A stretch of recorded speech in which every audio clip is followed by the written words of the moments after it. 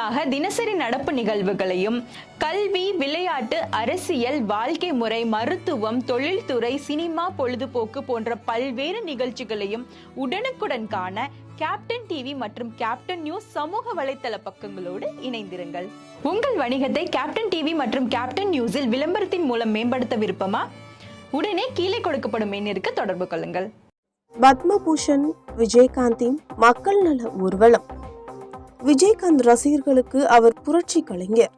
ஆனால் அவரை சினிமா வட்டாரங்கள் கேப்டன் என்றுதான் அழைக்கிறது.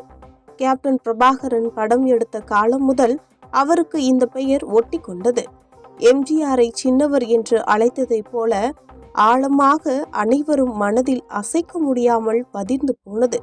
அந்த கேப்டனுக்கு விகடன் இட்ட கட்டளைதான் வார வாரம் நகல்வளம். சும்மா சுற்றுலா மாதிரி ஊர் சுத்தி பார்த்து தனது பழைய ஞாபகங்களை வாசகர்களுடன் பகிர்ந்து கொள்ளும் பொழுதுபோக்கு அம்சமாக அதை ஆக்கவில்லை. சமூகத்தை தனது கண்ணாடி வழியாக பார்த்து நிஜத்தை அதன் நிழலும் சேர்த்து மக்கள் முன் பரிமாறும் வாய்ப்பாக இந்த பதிவு விஜயகாந்திற்கு அமைந்திருந்தது. இதுவரை பிரச்சனைக்குரிய இடங்கள் தனி கட்டுரையாக வந்துள்ளன. அவலங்கள் மட்டும்தான் அதில் சொல்லப்பட்டிருக்கும்.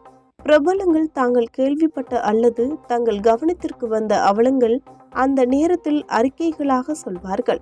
வெறும் பிரச்சனைகள் சொல்லப்படும் போது அது பொதுமக்கள் அதிகாரத்தில் இருப்பவர்களால் கவனிக்கப்படுவதில்லை. பிரபலங்கள் பேசும்போது அவை இவரு இப்படித்தான் சொல்வாரு, இவரு போய் பார்த்தாரா என்று தட்டி கழிக்கப்படும். எனவேதான் ஒரு பிரபலத்தை பிரச்சனைக்குரிய இடத்திற்கு அழைத்து போய் அந்த மக்களிடமே பேச வைத்து அது பற்றிய தீர்வையும் அவரை வைத்தே சொல்ல வைக்கும் சர்வரேக நிவாரணியாக வார வாரம் ஊர்வலம் ஆரம்பமானது. இந்த ஆலோசனையை சொன்னதும் சிக்கன பிடித்து கொண்டார் விஜயகாந்த்.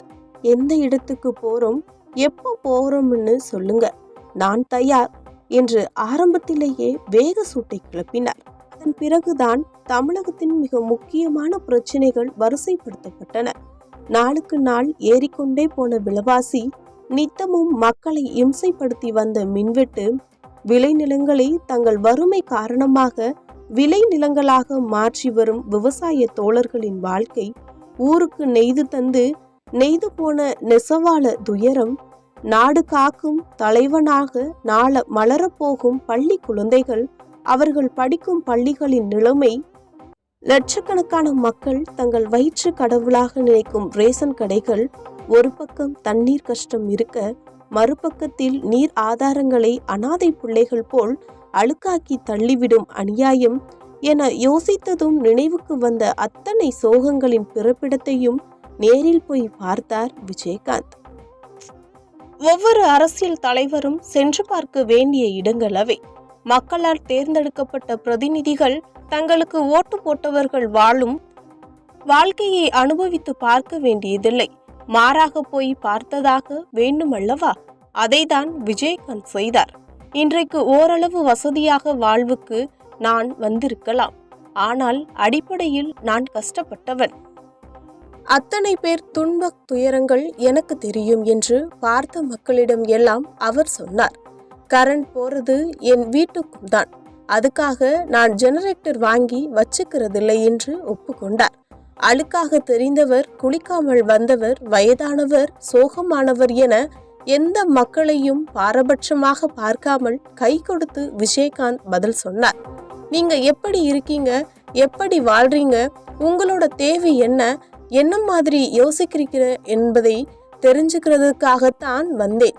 ஒவ்வொரு ஊரையும் பார்த்து அந்த மக்களோட பேசிவிட்டு வீட்டுக்கு போய் படுக்கிற அன்றைக்கு புதிய விஜயகாந்தா நான் மாறுகிறது நினைக்கிறேன் என்று கண்கள் கலங்க சொல்கிறார் விஜயகாந்த். அரசியல்வாதிகளால் தான் தாங்கள் ஏமாற்றப்படுகிறோம் என்ற கோபம்தான் அத்தனை மக்கள் முகத்திலும் தெரிகிறது. நாடு எவ்வளவு தூரம் நாசமாகிக்கிட்டு வருகிறதை உங்களோட சேர்ந்து போய் பார்க்கிற வாய்ப்பு கிடைச்சது. பகுதி பகுதியாக போய் மக்களோட வருத்தத்தையும் ஏமாற்றத்தையும் பார்த்ததை வார்த்தையால வர்ணிக்க முடியாது. செஞ்சி பக்கத்துல ஒரு வயதான அம்மா சொல்லுச்சு, நீயாவது நல்லது பண்ணு தம்பின்னு வறண்டு போன வார்த்தைகளால சொல்லுச்சு. என்கிட்ட இவ்வளவு கோரிக்கை சொல்றவங்க உங்க எம்எல்ஏ கிட்ட போய் ஏன் கேட்கலன்னு ஊர்ல கேட்டேன். என்ன பண்றது, ஓட்டுக்காக கை நீட்டி காசு வாங்கிட்டோம், அதனால கேட்க முடியலன்னு ஒரு ஓய்வு பெற்ற டீச்சர் சொன்னாங்க. மனசுல இருக்கிறத மறைக்காம சொல்றது இந்த அப்பாவி ஜனங்கள் தான். ஆளும் கட்சிகள் மாற்றி மாற்றி ஏமாத்தி இருக்கு. இவங்க ஒருத்தரையொருத்தர் குறை சொல்லி கும்மாளம் அடிக்கிறதையே தமிழ்நாட்டு அரசியலா மாத்திட்டாங்க. ஏதாவது ஒரு கேள்விய கருணாநிதிய பார்த்து கேட்டா அந்தம்மா ஆட்சியில செய்தாங்களான்னு பதில் சொல்றத தான் வழக்கமா வச்சிருக்காங்க. இது பதில் இல்ல.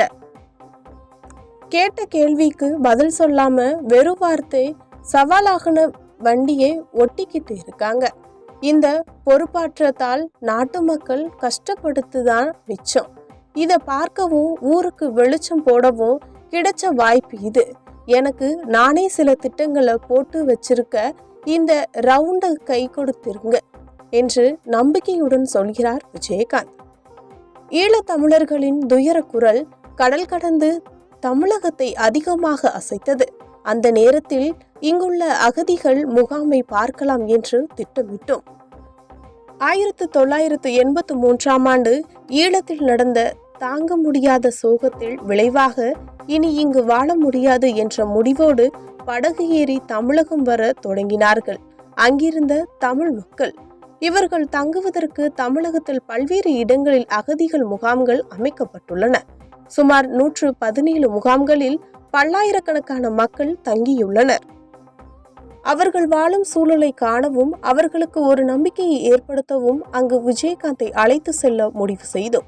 இதை அவரிடம் சொன்னதும் அவர்கள் குடும்பத்துக்கு தன்னால் முடிந்த உதவியை செய்ய வேண்டும் என்று நினைத்தவர் அரிசி மூட்டைகளுடன் அங்கு வந்து சேர்ந்தார்.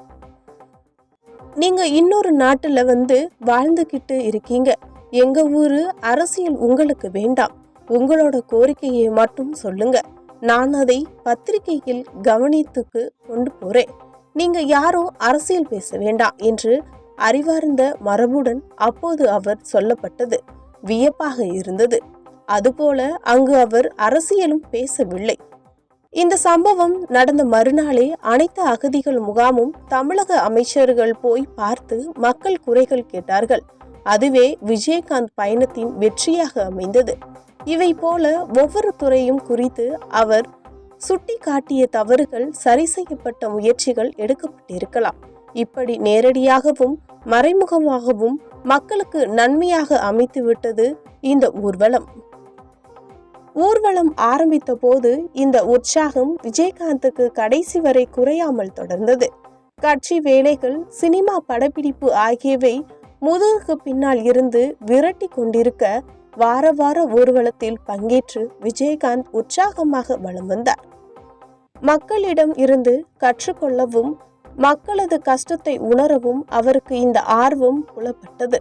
பிரச்சனைகளை மட்டும் வெளிச்சப்படுத்தாமல் அதற்கான தீர்வையும் வெளியில் சொல்லி தன்னை கூர்மைப்படுத்தி கொண்டார். இவை ஒரு நாள் கூத்தாக முடிந்து போகாமல் நெடுநாளுக்கான தீர்வாக விஜயகாந்த் வைத்த பதில் அழுத்தமாக இருந்தன. 9 வார பயண அனுபவம், நிஜங்களில் ஊர்வலம், அவை நிறைவேறுவது காலத்தின் கையில். தமிழக மக்களை நேரடியாக சந்தித்த அந்த ஊர்வல காட்சியை பார்க்கலாம். துல்லியமாக தினசரி நடப்பு நிகழ்வுகளையும் கல்வி, விளையாட்டு, அரசியல், வாழ்க்கை முறை, மருத்துவம், தொழில்துறை, சினிமா, பொழுதுபோக்கு போன்ற பல்வேறு நிகழ்ச்சிகளையும் உடனுக்குடன் காண கேப்டன் டிவி மற்றும் கேப்டன் நியூஸ் சமூக வலைத்தள பக்கங்களோடு இணைந்திருங்கள். உங்கள் வணிகத்தை கேப்டன் டிவி மற்றும் கேப்டன் நியூஸில் விளம்பரத்தின் மூலம் மேம்படுத்த விருப்பமா? உடனே கீழே கொடுக்கப்படும் எண்ணிற்கு தொடர்பு கொள்ளுங்கள்.